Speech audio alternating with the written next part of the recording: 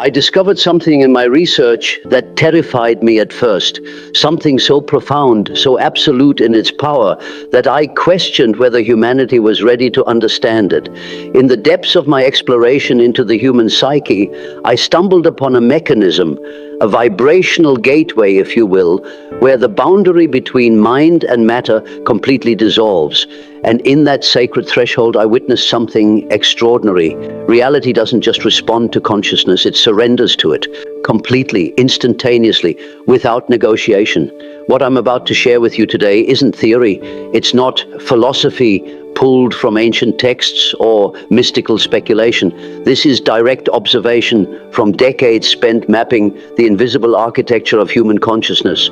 And I must warn you, once you understand this mechanism, once you see how the vibrational frequency of your inner world commands the external one, you cannot unsee it. Your relationship with reality will never be the same again. You see, most people spend their entire lives trapped in what I call the tyranny of the visible. They believe that what they see, touch, and measure is the totality of existence. But I'm here to tell you something that will shatter that illusion forever. The world you perceive with your senses represents less than a fraction of what truly exists. You are living inside a dream, and the dreamer is your own consciousness. The moment you raise your vibration to a specific frequency, a frequency I'll reveal to you today, reality has no choice but to obey, instantly. Now let me take you back to a moment in my own life that changed everything. I was sitting in my study in Küsnacht, surrounded by years of research, patient case files, dream journals, and my own explorations into the depths of the unconscious mind. I had been wrestling with a question that wouldn't release me.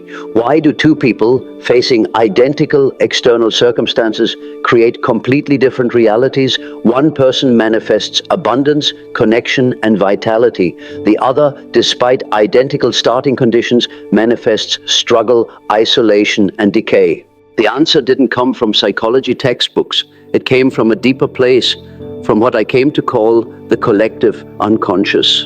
This vast, infinite field of consciousness that connects every human being, every thought, every possibility that has ever existed or will ever exist. And within this field, I discovered something that modern science is only now beginning to validate. There exists a vibrational lattice, an energetic structure that responds with absolute precision to the frequency you emit from your being. Think about this carefully. Every thought you think, every emotion you feel, every belief you hold, these aren't just internal experiences happening inside your skull. They are vibrational frequencies broadcasting into this field. And this field, being neutral and infinitely responsive, reflects back to you experiences, circumstances, and events that match your dominant frequency. This is not metaphor, this is mechanism. But here's where most people completely misunderstand the process, and it's why they remain stuck in cycles of frustration despite their best efforts. They try to raise their vibration through positive thinking alone, through affirmations repeated without feeling, through forced gratitude that doesn't penetrate beneath the surface of their consciousness. And yes, these practices have value. They can shift your mood temporarily, but they rarely create the instantaneous reality shifts I'm talking about. Why? Because they're operating at the wrong level of depth. You see, I spent years analyzing the psyche's architecture, the conscious mind, the personal unconscious, and beneath it all, the collective unconscious. Most manifestation attempts occur only at the surface level, the conscious mind, which represents perhaps 5 to 10% of your total psychological power. It's like trying to turn an ocean liner with a teaspoon, exhausting and largely ineffective. The real transformation, the kind that makes reality obey instantly, happens when you access the deeper strata of consciousness. When you vibrate from the collective unconscious itself, from that primordial foundation where individual separation dissolves, and you recognize yourself as an expression of the universal creative force. This is when your vibration becomes so powerful, so coherent, that the external world has no resistance to offer. It simply reorganizes itself around your inner frequency. Now, I need to share with you something that challenged even my own scientific training. During my explorations, particularly during what others called my confrontation with the unconscious, I experienced states of consciousness that defied rational explanation. I witnessed symbols, archetypes, and energies that seem to exist independent of my personal mind. And in these states, I discovered something remarkable about time itself. The deeper you go into consciousness, the less time exists as a linear phenomenon. In the collective unconscious, past, present, and future exist simultaneously. They are not separate moments strung along a timeline. They are concurrent possibilities existing in an eternal now. And this understanding changes everything about how manifestation actually works.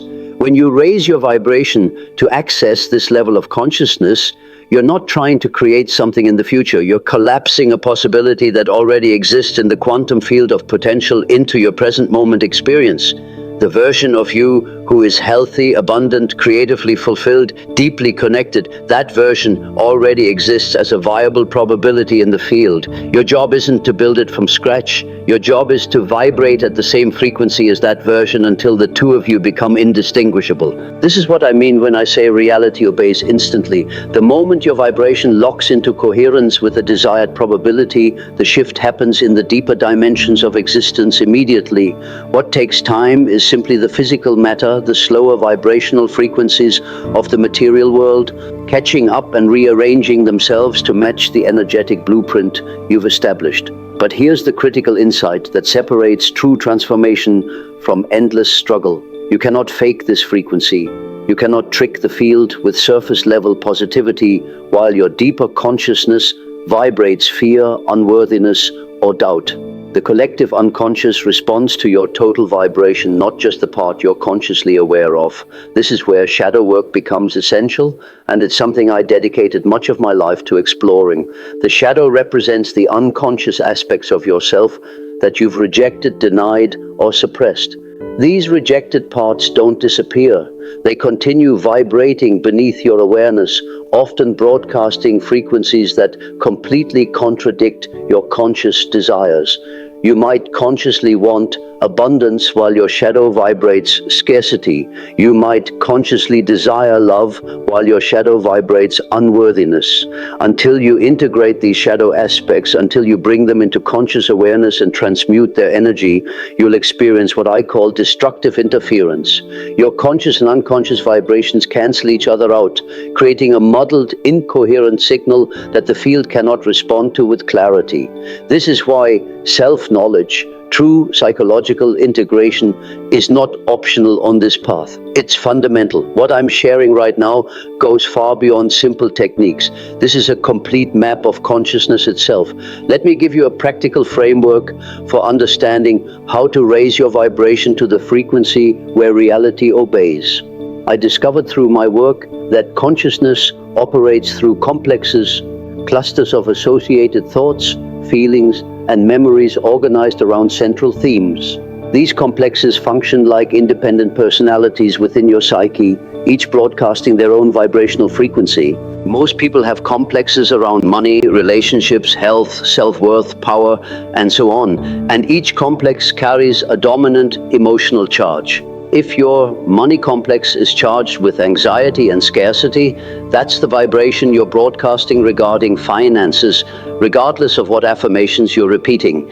If your relationship complex is charged with abandonment and mistrust, that's what you're attracting, no matter how much you consciously desire connection.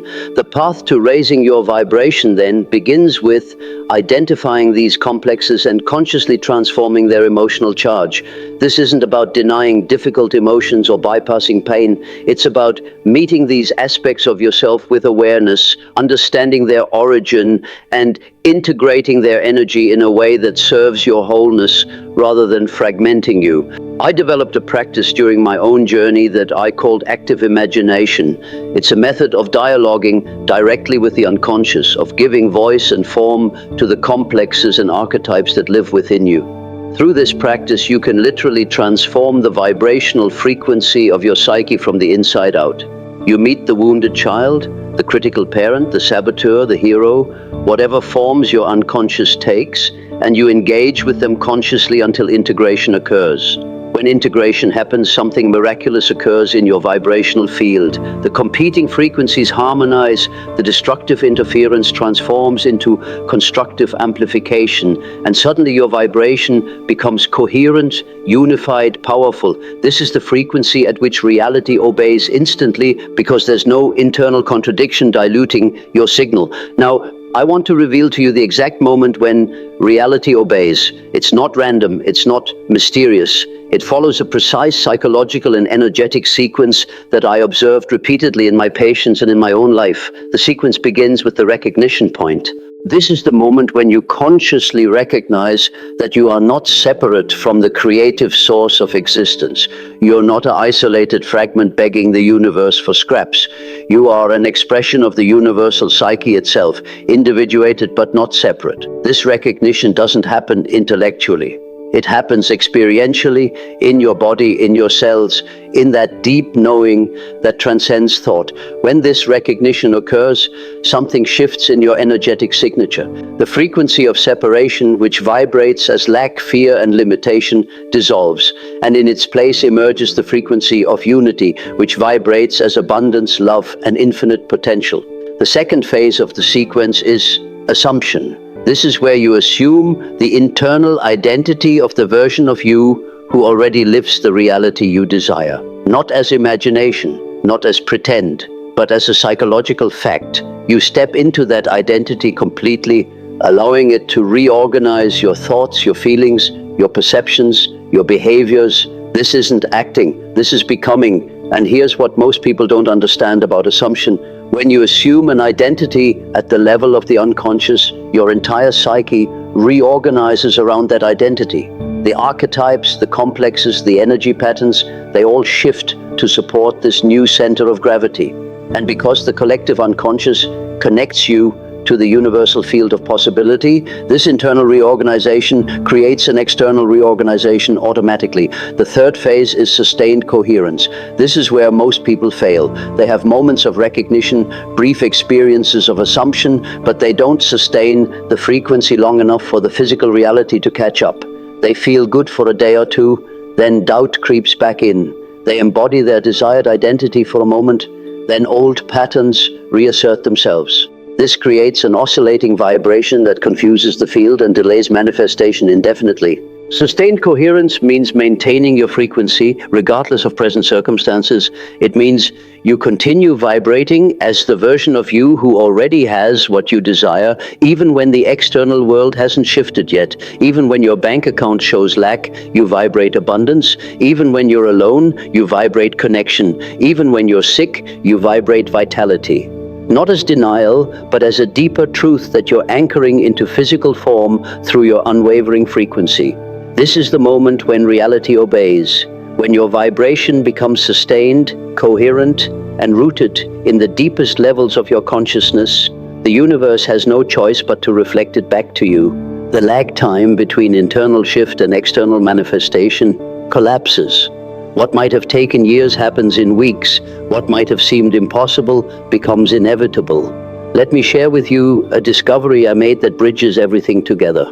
In my exploration of synchronicity, those meaningful coincidences that seemed too perfect to be random, I uncovered the mechanism behind them. Synchronicity isn't magic. It's the visible evidence that your inner vibration has achieved coherence with the field. When you're vibrating at a low, fragmented frequency, you experience randomness, struggle, and obstacles. Life feels like an endless series of problems you're fighting against. But when you raise your vibration to coherence, when your conscious and unconscious minds align, when your shadow is integrated and your psyche is whole, something extraordinary happens. The external world begins organizing itself around you in ways that seem miraculous. The right person appears at the right time. The perfect opportunity manifests out of nowhere. Solutions to impossible problems reveal themselves effortlessly. This isn't the universe rewarding you for being good. This is the field responding to your vibrational clarity with matching experiences. Synchronicity is simply the universe speaking your language, confirming that you've achieved the frequency where reality obeys. I witnessed this in my own life countless times. When I was working on my most important theories, struggling with concepts that seemed beyond my grasp, I would reach a point of internal clarity, a moment where something integrated within my psyche. And immediately, within hours or days, I would encounter a book, a patient's dream, a conversation that provided exactly the missing piece I needed. Not coincidence. Vibrational alignment. But here's what I must emphasize, and it's perhaps the most important point of everything I'm sharing with you today.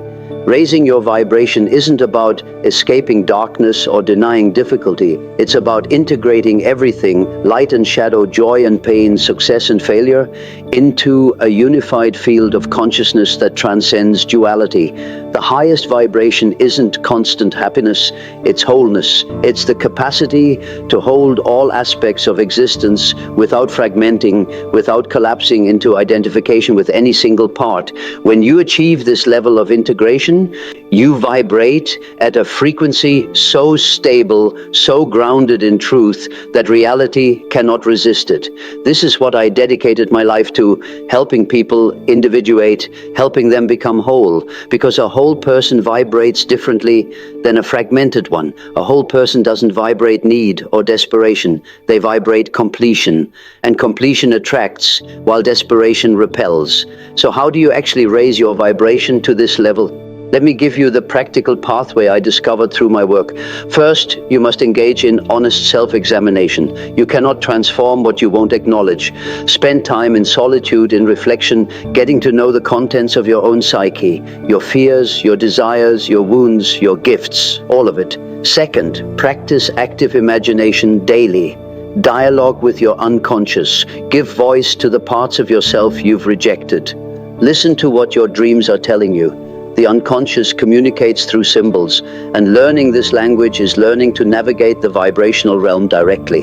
Third, integrate your shadow. Stop running from the aspects of yourself you find unacceptable. Bring them into the light of consciousness with compassion and curiosity. When you integrate the shadow, you reclaim enormous amounts of psychological energy that were previously locked in suppression. This energy becomes available to fuel your vibration. Fourth, cultivate the transcendent function. This is the capacity to hold opposites in tension without collapsing into one side or the other, to be both grounded and visionary, both human and divine, both individual and universal. This tension creates a third position, a higher consciousness that transcends duality, and from this position you vibrate at the frequency where miracles are natural. Fifth, embody your desired identity now, not later. Walk through your life as if you're already the person you're becoming. Make decisions from that place. Speak from that place. Relate to others from that place. Your external reality will reorganize around this internal shift faster than your rational mind can comprehend. And finally, sustain this practice until it becomes your natural state of being, not something you do, but something you are. This is when your vibration becomes permanently elevated and reality becomes permanently responsive to your inner frequency.